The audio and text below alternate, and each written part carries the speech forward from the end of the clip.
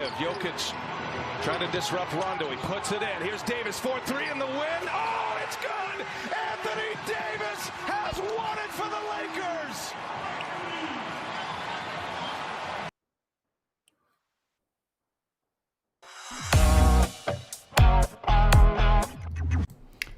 What is going on, everybody? Welcome into another episode of the Lakers Outsiders podcast. If you just heard that on audio, I'm assuming if I did it right, you just heard the sound of the play of the game tonight. Man, it gave me a heart attack. We're going to dive through our reaction to this Game 2 win by the Lakers, 105-103 over the Nuggets, thanks to Anthony Davis burying a three at the buzzer to really kind of save the Lakers in this one. But yeah, we're going to dive into that. But before I dive in, I'm going to obviously introduce my guest with me. My name is Gary Kester. Thank you for joining us.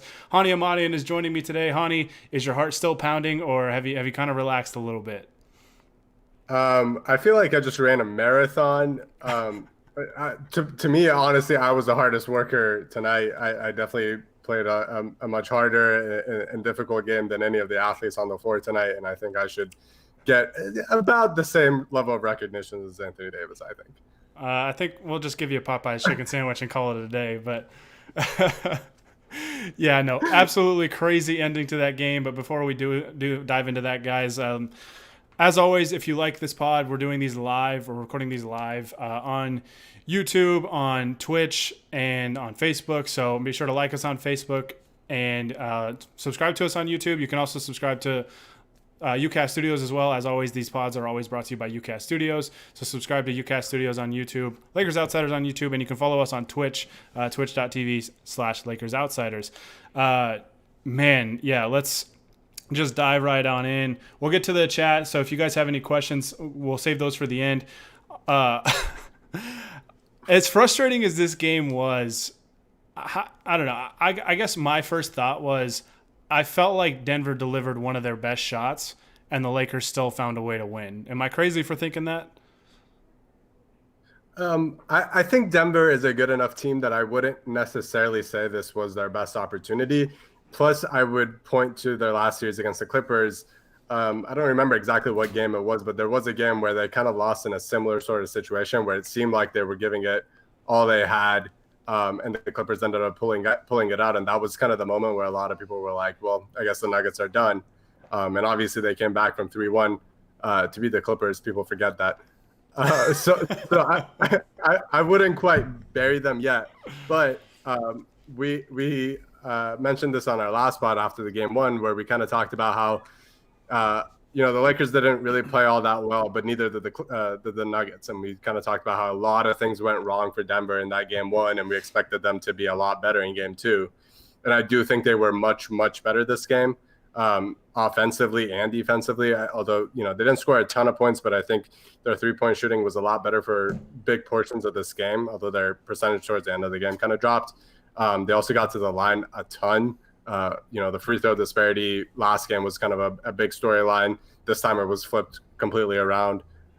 So I think they did a lot of great things to kind of limit the Lakers, especially on the defensive end. And it did kind of feel like that this was just a really, really hard working effort from the Nuggets that still didn't ultimately get them the win. Yeah, it was a really frustrating game for me. I thought the officiating was a little bogus, but it just felt like the Lakers weren't allowed to be physical like they were in game one. So I think they had a hard time kind of adjusting to that for stretches in this game. I also thought LeBron, after an amazing start when nobody else could score for the Lakers, it almost felt like he was a little non-existent in the second half, which was very obviously uncharacteristic of him. And I think it was kind of like what we said after game one, where the Lakers won going away, and LeBron didn't really play his best game. Kind of feel that way about this one, is that they found a way to win despite the calls not really going in their favor like they were in game one. They were getting frustrated with that. And, I mean, the Nuggets just kept coming at them, and luckily the Lakers had the ball last. But, I feel like we won't see a half like that from LeBron probably ever. Well, maybe not ever again, but, like, ever in this playoff run that we're on. And the fact that the Lakers just dug deep and found another way to win a game that was tough, man. It was really, really tough. I was a little frustrated with a number of things, but ultimately, I mean, they find a way to get it done. And I mean, it's a massive difference, right? Going from potentially 1-1 to being up 2-0, and now you're asking the Nuggets to beat the Lakers 4 out of 5 times to win the series. Yeah, absolutely. You know, we kind of talked about this last the last show that we had, where we said we're going into game 2 feeling pretty good, and if they do end up losing it, it's not the end of the world. It doesn't feel like a must-win game. But man, as the game was going on, it felt like it would be brutal if the Lakers ended up losing, just because they had a pretty big lead early on, they blew it, and then they had to play a really, really tough second half. And like you said, with LeBron kind of having a pretty tough game in the second half. And you're right. I think it's nuts to say this in a game where he scored the first 12 points for the Lakers and had 20 points in one half. It felt like this was the worst performance he's had in the playoffs, even considering he's had games this postseason where he scored, I think, 10 points or 15 points in a whole game. This felt like it was his worst game. There were a lot of questionable decisions late in the game, and that fourth quarter especially, I thought LeBron was really not good. But this is kind of the nature of this team, that not only are they deep enough to get performances and good performances from the role players, but Anthony Davis is truly good enough to take over for a half or a game at a time when LeBron doesn't have it. And this second half, where he was going toe-to-toe with Nikola Jokic, who was basically carrying the Nuggets on the other end, it was beautiful basketball. It was great to see AD being that aggressive, hitting some incredible jumpers and obviously hitting the game winner. But it's just a testament to this team being resilient enough that even after they won, I don't know, 4 or 5 straight games where it was pretty comfortable, they were pretty much blowout wins, that they didn't really ever seem like they were going to lose complete control of this game. And obviously, one shot not going in means they lose, but I think the effort level and the way that they played to kind of just dig in and really not let the Nuggets feel comfortable was very admirable. Yeah, absolutely. I mean, it's this, especially this deep into the playoffs. I mean, it's just all about finding ways to win games, because they're not all going to be easy. I mean, as much as we would like every single game to be like game 1, where we don't even have to worry about it, and I'm wondering when I'm going to get my nap in, this game, was what playoff basketball is like, and you're going to have guys make some big shots and other guys step up, when your best players maybe don't have it. And LeBron, after the hot start, I mean, he still ends up with 26 points, 11 boards, 4 assists, a couple of block shots. Just felt like he was really settling a lot in the second half, and his jumper was pretty far up. I think he had like 2 air balls in this game. But yeah, I mean, AD steps up in a big way in the second half, had 2 back-to-back clutch shots. Hits the floater to put him up by 1, and then Jokic answered him, and then AD hits the 3 right back in his face to win the game. And man, it was just pretty unreal, man. Pretty unreal how that game unfolded. The range of emotions, I would say, in like the last 30 seconds of that game, where we get the crazy Jokic tip in after Murray's, I think a shot was blocked by KCP, and then AD hits the floater, then Jokic scores, and then AD hits the 3 at the buzzer. It's wild, man. I did not miss that about playoff basketball, but I definitely missed the moments of AD or just your guys hitting a game-winning 3 at the buzzer. I was telling some people, it was like we got so spoiled by all these blowout wins that we kind of forgot that, like, in playoff games, your team, it's very rare for a team to play a perfect game in the playoffs, just because the other team is also making adjustments and forcing you to not play your best game. And man, in the moment, it absolutely sucked and was stressful as hell. But looking back on it, that Davis versus Jokic kind of battle in the second half and in the fourth quarter especially, that is truly kind of the moment of the playoffs for the Lakers so far, I think. Yeah, it was. I mean, just as a basketball fan, like watching those two play, it was really entertaining. But man, it was extremely frustrating on one end of the floor. But yeah, I mean, that's kind of why I think. I think we also said it. I think a lot of people said it. But when the Lakers traded for Anthony Davis, obviously, I don't know if there's really any package you could say that you traded too much for a guy like Anthony Davis. It was more like, at the time, they weren't bidding against anybody. So I think, we thought they could have gotten him maybe for less, but ultimately this is why you trade all your young pieces and picks, well, minus Kuzma and hell, Alex Caruso for that matter, who might be better than Lonzo Ball. but we were this close to an Alex Caruso game winner, by the way. We were. Man, that was brutal. I was losing it. I was like, damn it, we could have had a Caruso game winner. NBA Twitter would have just logged off for the night. Would have gone to bed early. But no, it's crazy because especially with Murray getting that block on Danny Green with 2 seconds, you're like, oh God, like we've got 2 seconds to get a shot off. Like this, usually, like the odds of you scoring in that situation are fairly low. But when you got 2 superstars, I mean, LeBron was the man in the first half, AD was the man in the second half, and sometimes that's all it comes down to. But the Lakers did get contributions from some of their other guys. Obviously, when you look at the box score, it doesn't look great. Danny Green had 11 points, but was 4-14 from the field, missed 7 of his 10 threes. KCP, another quietly efficient game, 11 points, but he only shot the ball 6 times, 3 of 6, 3 of 5 from the three-point line. And he had a big corner 3 at the end of the shot clock that I thought was a little bit of a desperation 3, but that was huge. But, man, to me, the role player that deserves the most props, and we've already brought him up, is Alex Caruso. I thought his defensive effort and intensity, and just when he came back into the game, was just unreal. Like, I thought he was unbelievable defensively today, and it created a lot of momentum for the Lakers early on, and then he made some plays kind of throughout this game. Yeah, this felt like maybe I might be misremembering, but it kind of felt like the only game of the playoffs so far where we didn't get like multiple really good role player contributions. Kind of felt like LeBron and AD had to do a lot of carrying, and guys like Rondo who's had great performances, even KCP, Danny Green. None of those guys were really great, although they had their moments at times. But yeah, Caruso kind of throughout the game was really great, and he had some big momentum plays like the dunk in the first half that got everybody off the bench and got LeBron racing out to the half court line to chest bump him. And then some huge defensive plays against Michael Porter Jr. I thought in the second half as well. He really brought it on the defensive end, and I think they needed that sort of intensity because there were times, even though the defense was really good, I think throughout the game, there were times where the intensity kind of seemed to be lacking, and they didn't really have the toughness that they've exhibited at other times, especially in the first game.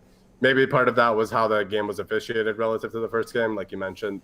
They were allowed to be a lot more physical in game 1 than they were in game 2, and it took some time to get adjusted to that. But I think Caruso really brought it on both ends of the floor, I thought.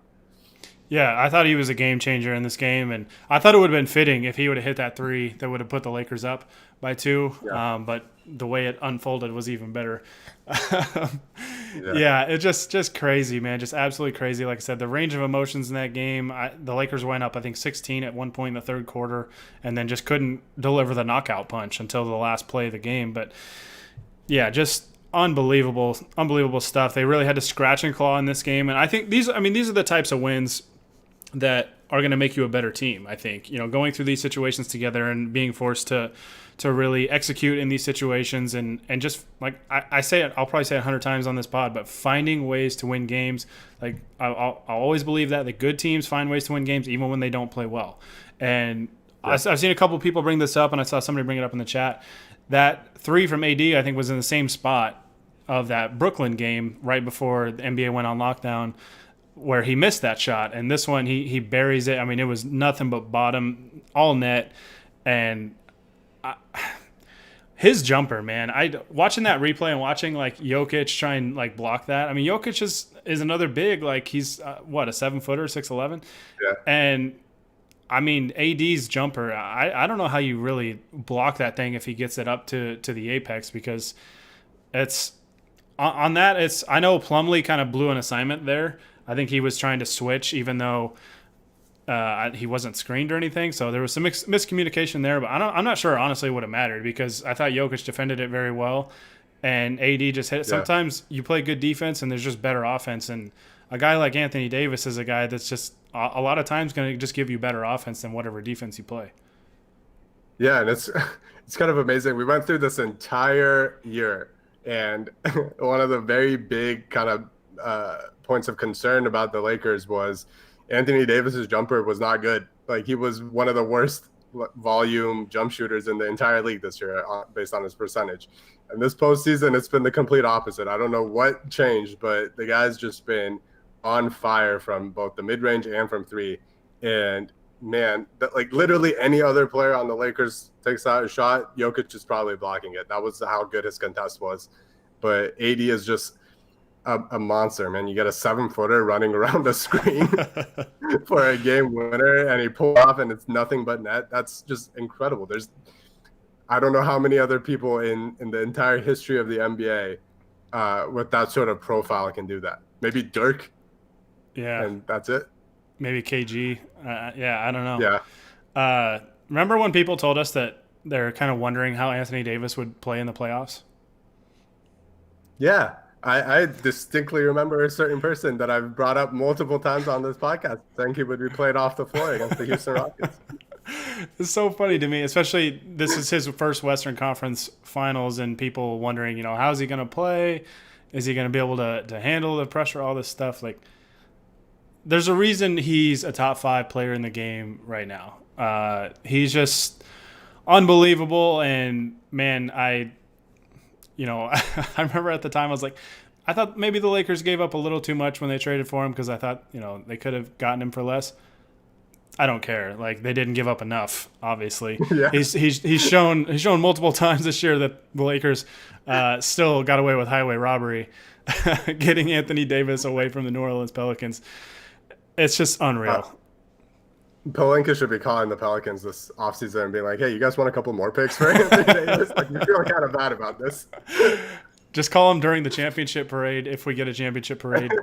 And, yeah, just unbelievable, man. Absolutely unbelievable. So, all right, we're going to take a quick break. But when we come back, we're going to kind of dive further into this game and look ahead to Game 3 of this series. And then we're going to get to some viewer questions. So just give us a quick second. We'll be right back, and then we'll get to those questions.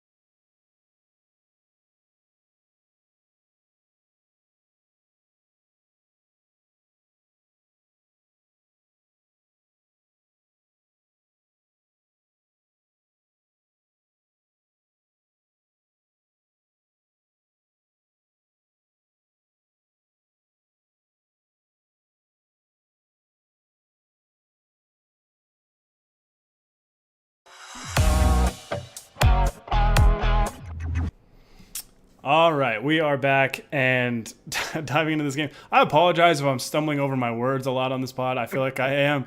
I'm still just I'm on cloud 9 right now, just buzzing from that game. The Titans put me through like way too much anxiety earlier in the day, and then the Lakers decided to try and give me a full-blown heart attack. So we're here though. We made it. We got wins.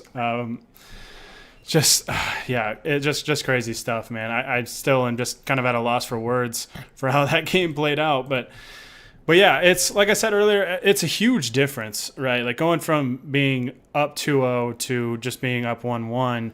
But this Nuggets team has been very resilient all year long. They've come back from 2 3-1 deficits. The Clipper one was obviously far more impressive to me than the Utah one because I thought they shouldn't have been down 3-1 to Utah in the first place. But it's just important to remind everybody that the Clippers blew a 3-1 lead. So, well, also being that it was Sunday, my favorite thing about the NFL teams that blew leads today was that everybody compared them to the Clippers. So, just people forget that. You can't let people forget. While we're on the topic of clowning teams that have already been eliminated, PJ Tucker went on Instagram and said he would have blocked Anthony Davis's jumper. Did I see that right? I saw that and I was hoping it was just photoshopped. Like dude, PJ How do you- Tucker. How do you say that after you lost 4 straight to this team? You wouldn't have been in a position to block a game-winning attempt because they would have been beating you by 15. He would have blocked it by grabbing his arm and hope he didn't get called for a foul. So I kept thinking of like an announcer on a last-second shot by Anthony Davis yelling, "Oh, and PJ Tucker blocks Anthony Davis at the buzzer. Lakers win by 25." yeah, man, it's NBA players, NBA Twitter. It's just they say some crazy things because the Lakers are good, and it pisses them off. I swear.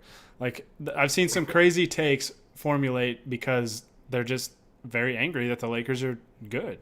So yeah, I don't know. But let's look ahead to Game 3. I'm kind of looking at this box score, and it's. I thought it was kind of ironic.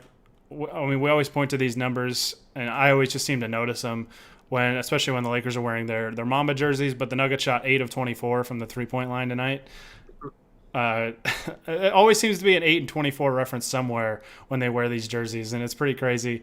And I think that somebody pointed out on video that Anthony Davis said Kobe after his game winner when he's running back to his teammates.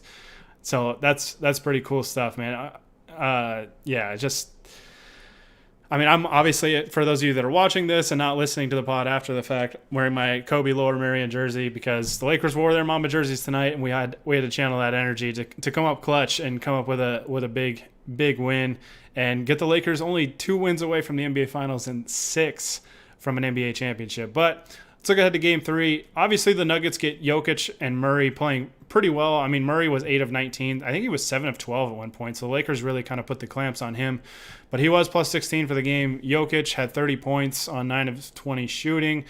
Had 11 of 12. Was 11 of 12 from the free throw line, which was, I mean, over half of what the Lakers shot as a team.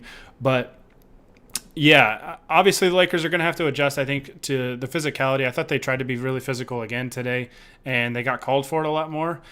Obviously, with every NBA ref crew, it's going to be different in how they call the game. Do you think the Lakers adjust to that, or do you think they kind of try and come out and say, hey, we're going to continue to be physical, and then we'll adjust from there? I think they're fine being physical because that's just kind of the nature of this team. You know, the big guys especially want to be physical. Your Dwight Howards and even JaVale McGee to an extent.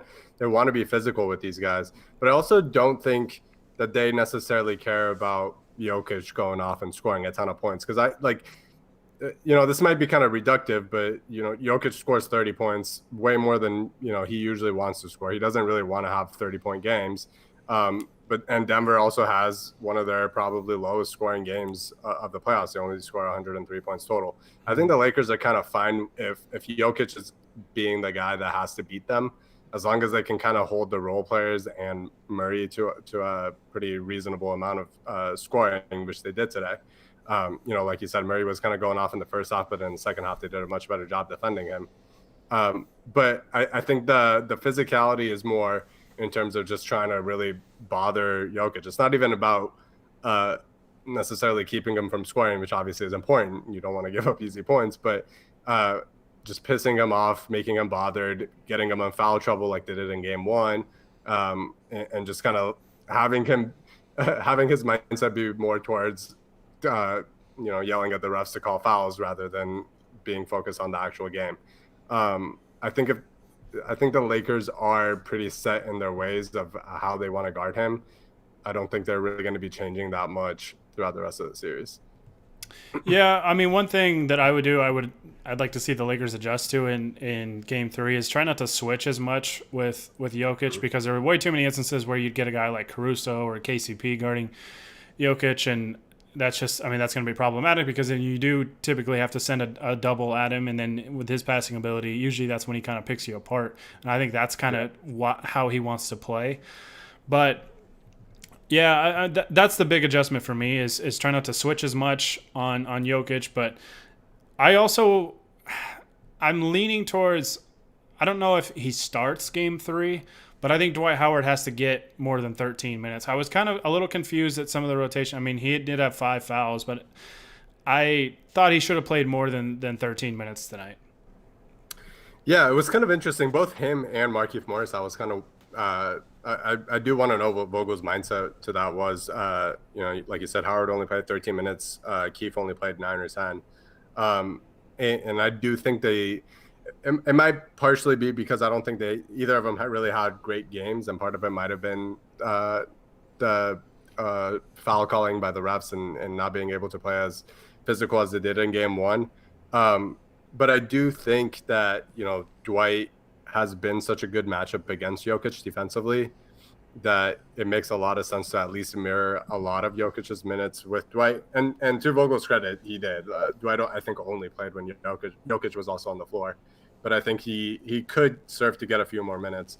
The only worry with Dwight really is him being put in pick and rolls and not being able to move his feet quick enough against Murray or being able to recover quick enough to Jokic. But I think you can kind of live with that, especially in those lineups where he's playing with AD, because it kind of allows AD to be roaming in the paint or on the weak side, coming back and getting blocks or at least protecting the rim. So I do agree with you that I think Dwight should be playing a few more minutes in the next game, but I don't know if it's going to be a ton more minutes. I think it might just be still under 20 minutes, I think.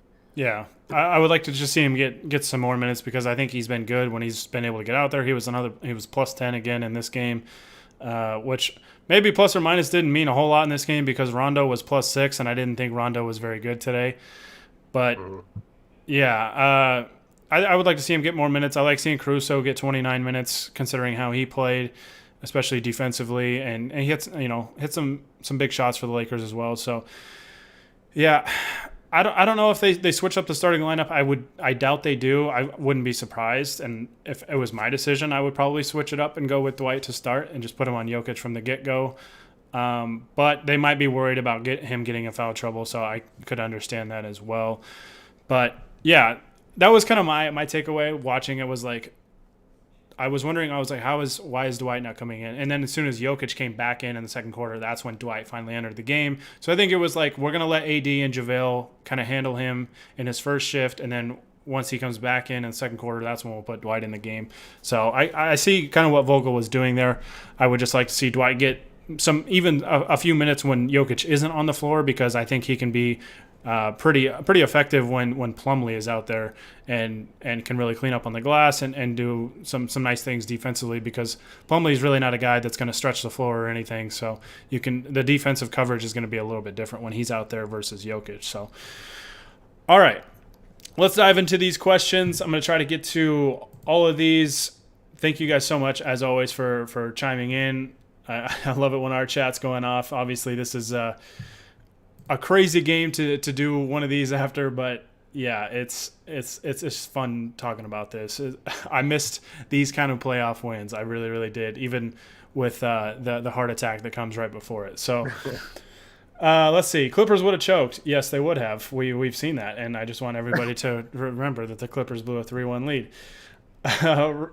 One thing I always like to do too, and somebody brought up in the chat, Orange Kobe on Twitch brought this up in the chat, is I like to watch the reactions. I like to go back and watch the game winners over and over and watch the reactions. Rondo had no reaction whatsoever. And Orange Kobe, Rondo's reaction was like he bet on the Nuggets and then lost. Hey, man, he kind of played like he was betting on the Nuggets. No, I'm kidding. Rondo is a little bit of a psychopath. It's insane. The kind of quotes that came out after this game. One, AD right after the game on TNT said that he was upset about letting Jokic get to his right hand on the little hook shot that he hit what seemed to be the game winner earlier. And Rondo in the huddle basically told him, "You're going to get it back right away." And then the play design was still for LeBron, but Rondo told Vogel that he wants to be the one inbounding the ball, and then he passed it to AD. So I don't know, man. Like Rondo's like 5 steps ahead. He's playing Connect 4 while everybody's playing checkers. That is not how the quote goes, but it's applicable for here. So Rondo does love him some Connect 4. So let's dive. Okay, feels like the role players also, aside from KCP and Caruso, didn't play great either. Yeah, kind of what we were saying earlier. I just felt like the Lakers didn't play overly well in this game. I think they did in stretches, and I thought that's when they put runs together. But yeah, I didn't think that they played overly well in this game. I did think Dwight was pretty good. Not obviously not on the level he was in game one, but I thought he was pretty solid.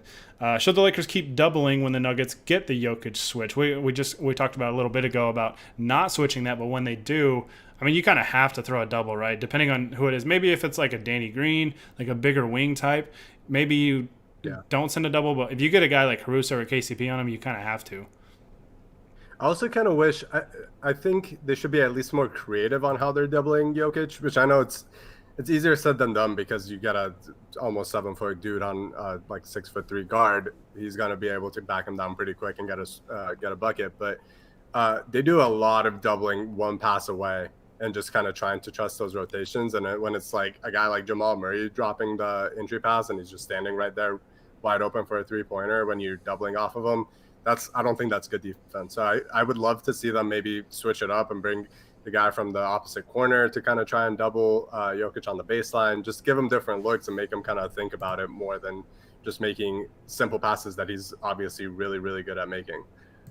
Yeah, that's the thing for me is like it's doubling is fine. It's all about who you double off of. The one three that they gave up to Murray because they doubled off of him one pass away. Like that's the stuff you can't have. You can't leave one of the hottest players going in the league right now to give him a wide open three because he's more than likely going to knock it down. So yeah, it's all about your defensive scheme, your defensive principles, and your discipline, and knowing who to rotate off of. Obviously, if a guy like Jeremy Grant is out there, or even PJ Dozier is out there, those are the types of guys you should be sending doubles off of. But sometimes it's difficult. Sometimes those guys are on the complete other end of the floor. So Lakers definitely have some stuff to work on there, but I do think that they can clean some of that stuff up. Let's see. So we did that. If you could, this is an interesting question.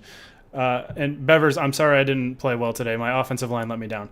But if you could have a redo, would you prefer Caruso hitting the three at the end for the win, or keep it as we saw? That is it's tougher than you think it should be. Because on merit, your superstar that you just traded a crap ton to get hitting a game winner at the buzzer is incredible, especially when it's a 7-foot dude running around the screen and hitting a 3-pointer. But man, the NBA Twitter meltdown of the balding white dude that looks like a substitute teacher hitting a game winning 3 would be amazing. But ultimately, I like how it ended up happening, only because I think Caruso is going to have his moments to have more game winners in the future and win Finals MVP this year. Yeah, as much as I would have loved to seen Caruso's 3 go in,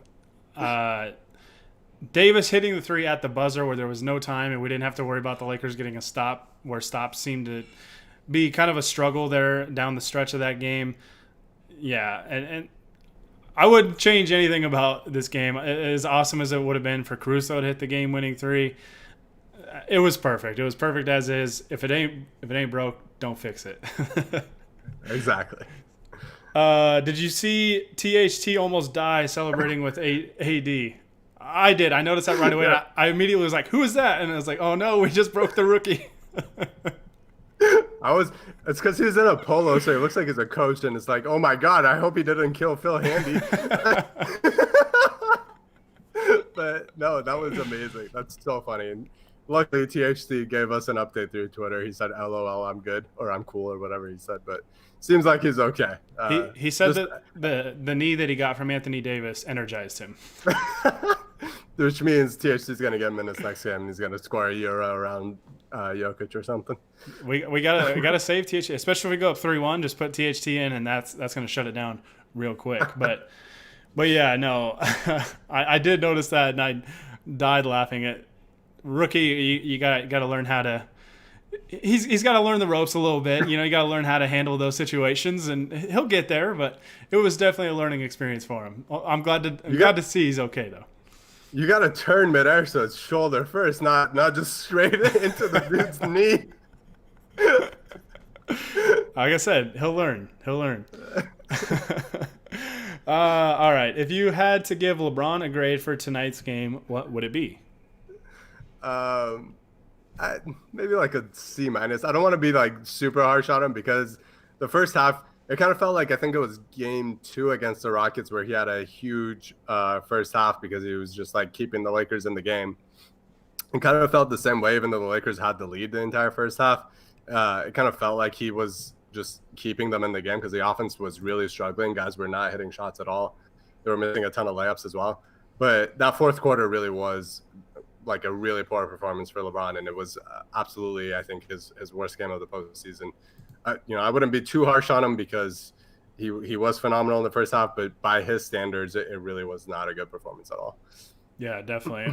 I would say first half probably an A minus because I thought when everybody else was struggling offensively, he was scoring. He was the only guy scoring right out of the gate for us, and I thought he played very well in the first half. Second half, yeah, I would say probably about a C minus, just given his standards because he obviously, to me, is still the best player in the world, and he really struggled in that second half. I thought he really settled for a lot of jumpers, and I would expect him to bounce back. He always seems to do it whenever he plays kind of poorly, and I thought he played fairly poorly in that second half, and like I said, I would be surprised if he doesn't bounce back. So not going to be too hard on LeBron. I think he still contributed in a big way in this game, and I thought had some good defensive plays as well. But yeah, obviously he can play better, and that's an encouraging sign for the Lakers is that they won despite one of their two best players not really playing nearly his best in that whole second half. So have THT recreate the Isaiah Thomas versus Jokic moment. If that happens, NBA Twitter will break. Well, Lakers Twitter will break. That is amazing. I want that more than anything in the world. We need THT to do that, like to tie the game. Lakers get a stop, and then Caruso hits a 3 at the buzzer. That would be like the perfect ending for a game I think I can ever draw up for this Laker team. Isaiah Thomas played like 15 games with the Lakers, and he's always going to be just revered by Lakers fans because of that one moment. That is literally like a Renaissance painting. Is that picture of him just smiling after he drives past Jokic. It was a beautiful, beautiful moment, and we will never forget it. So shout out Isaiah Thomas. But all right, what adjustments do you think the Nuggets will try to do for game number 3? That's a really good question because I think they did make a couple of really big adjustments into this game, which is why the game was so much closer and why the Lakers really struggled to score. One was they were getting back in transition a whole lot better than they did in game 1. Lakers really did not get out and run at all this game other than a couple of plays, including that Caruso dunk, which was just a breakaway after he got the steal. So that was number 1. And the number 2 thing, I think they really crowded the paint in this game compared to game 1. They were willing to live with Lakers shooters taking shots, and obviously the Lakers did a decent job of that. Let's see, they shot 13 of 36, so they took a ton of threes, way more threes than they usually would in a game, and hit at a pretty average clip, but it was enough. And I think one thing that really shows how much they were crowding the paint is Danny Green taking 10 3-pointers. He's a guy that doesn't really take a ton despite being a good shooter. The fact that he took so many kind of shows me that they were really playing off of him, especially to crowd the paint. And I think that's what part of the reason why LeBron was struggling in that second half was because he really couldn't get into the paint. Every time he did, he was getting swarmed by 4 dudes, and he had a couple charges called against him because of it. So he was kind of settling for jumpers. So I think they stick to those 2 game plans. The only other thing, at least defensively, that I can think of them trying to do a little bit more is doubling Anthony Davis, which is something they haven't really done in either of these 2 games, despite the Blazers and the Rockets both trying to do it quite a bit. And I believe Mike Malone before this game really kind of talked about how they don't want to do that. So I will be interested to see if they kind of make that adjustment and say we're going to double AD and try to make the Lakers shooters beat us even more than they tried to do tonight. Yeah, definitely. That's what I was going to say. I was going to say they could probably double AD because he's just absolutely killing it, and they just have nobody to guard him. I think it was Shaq that brought it up at halftime. Basically kind of echoed what we said in our series preview pod is that it's kind of the same thing with LeBron and AD. When it comes to individual defenders, Jokic is just too slow to guard AD, and everybody else is too small. And that's kind of the thing with LeBron. If you put like a guy like Millsap on him, who's a strong guy, he's just too slow. So it's going to be a team defensive effort, and the Nuggets are going to have to throw multiple bodies at these guys. I thought their game plan on defense, I was getting a little frustrated because I've complained about this in the previous two series because it's what teams are trying to do to the Lakers, especially when LeBron has the ball. They got guys just standing in the paint guarding nobody. They were called for it once in this game, but they just continued to do it, and there were a lot of instances I thought they could have been called for it but weren't. And yeah, I think they're going to continue to pound the paint or pack the paint, and I think they might try and get out and run a little bit more and try and hit the Lakers defense before it gets set a little bit, because I think ideally that's what you want to do against great defensive teams. You just want to get out when you have numbers and you can kind of get them while they're scrambling a little bit, because there were, I mean, even on some offensive rebounds where the Nuggets got that the Lakers were scrambling a little bit and the Nuggets got some good looks off of that. So I'm just really curious to see how Game 3 goes, because like I said, Jokic and Murray combined for 55 points. They also got a pretty good game from Michael Porter Jr., who had 15 points in 20 minutes. He was 6 of 9 from the field, 2 of 4 from the three-point line, and he had some tough shots. It was kind of like the Carmelo Anthony thing where I think it was Game 3 in that series where he was just kind of going nuts in the third quarter. And I was like, I can live with this because I know the fourth quarter is going to come around and he's probably going to start missing those shots. And Yeah. I kind of felt the same way about him. And, you know, maybe I'm off in that assessment, but he's the type of guy that if he hits a couple shots early, I don't sweat it too much, because it's kind of like Carmelo and Russell Westbrook, where it's like you're kind of living with those guys taking those types of shots. And if they're making them early, that's fine, but you hope they continue to take them and hope that the percentages kind of balance out. Yeah, it's bold of you to assume that Michael Porter Jr. will miss shots, if you catch my drift. I don't really have anything else to say. But the entire time you were talking, I was thinking of that joke. So. Yeah, I figured. I knew I shouldn't have even have thrown it to you. But yeah, no, that's. I did love MPJ getting rejected by LeBron, just like you reject science. Okay. I mean, carry on. I was gonna say something about Paul Millsap getting blocked on a dunk attempt by Danny Green, but I mean, we took it another direction there. So that's one adjustment the Nuggets can do. Don't try and have Paul Millsap dunk on anybody. Maybe Rondo, Yes. but even then, just don't. Oh, you'll just anger Rondo, and you do not want angry Rondo. That's true. We just talked about how much of a sociopath he is. Last question we got was, if Dwight doesn't start next game, do you think he should get first quarter minutes? I mean, we've kind of talked about that. I don't know. I don't really care, I guess, overall about first quarter minutes. I just think he needs to get a little bit more minutes. Don't really care when it is. Even if it's when Jokic is on the floor, even when it's not, that's fine. Because the Lakers kind of have their first quarter rotation down, and it's been pretty consistent. I think after that, though, let's maybe try and get Dwight out there a little more. Yeah, overall, I like that they're kind of mixing it up, and they're not necessarily going two bigs, then rotating to have a second big out there with AD, and kind of changing it up so that Jokic now has to guard AD for a few minutes. I like that sort of just making Jokic adjust to how he's defending players. But overall, I do agree that Dwight should just get more minutes. I don't really even care if he starts or not. I think he should get closer to like 15 to 18 minutes a game than the 13 or whatever he played. Yeah, 100%. All right, looks like that's going to do it for the questions, which means that's going to do it for us in this this live pod. It's a good thing, probably a good thing we waited a little bit after this, or we probably just would have seemed like we were on something, because I was definitely losing my mind right after Anthony Davis hit that game winner. So thank you guys so much for joining us. As always, guys, if you like the pod, we do these live after games now. I was really not looking forward to doing this after a loss, so shout out to Anthony Davis for making sure that did not happen.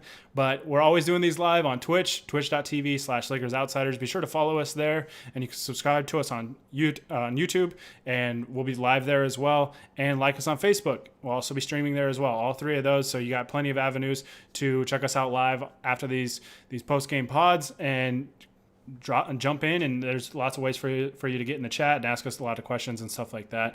And as always, guys, these pods will be up on those podcast platforms after the fact.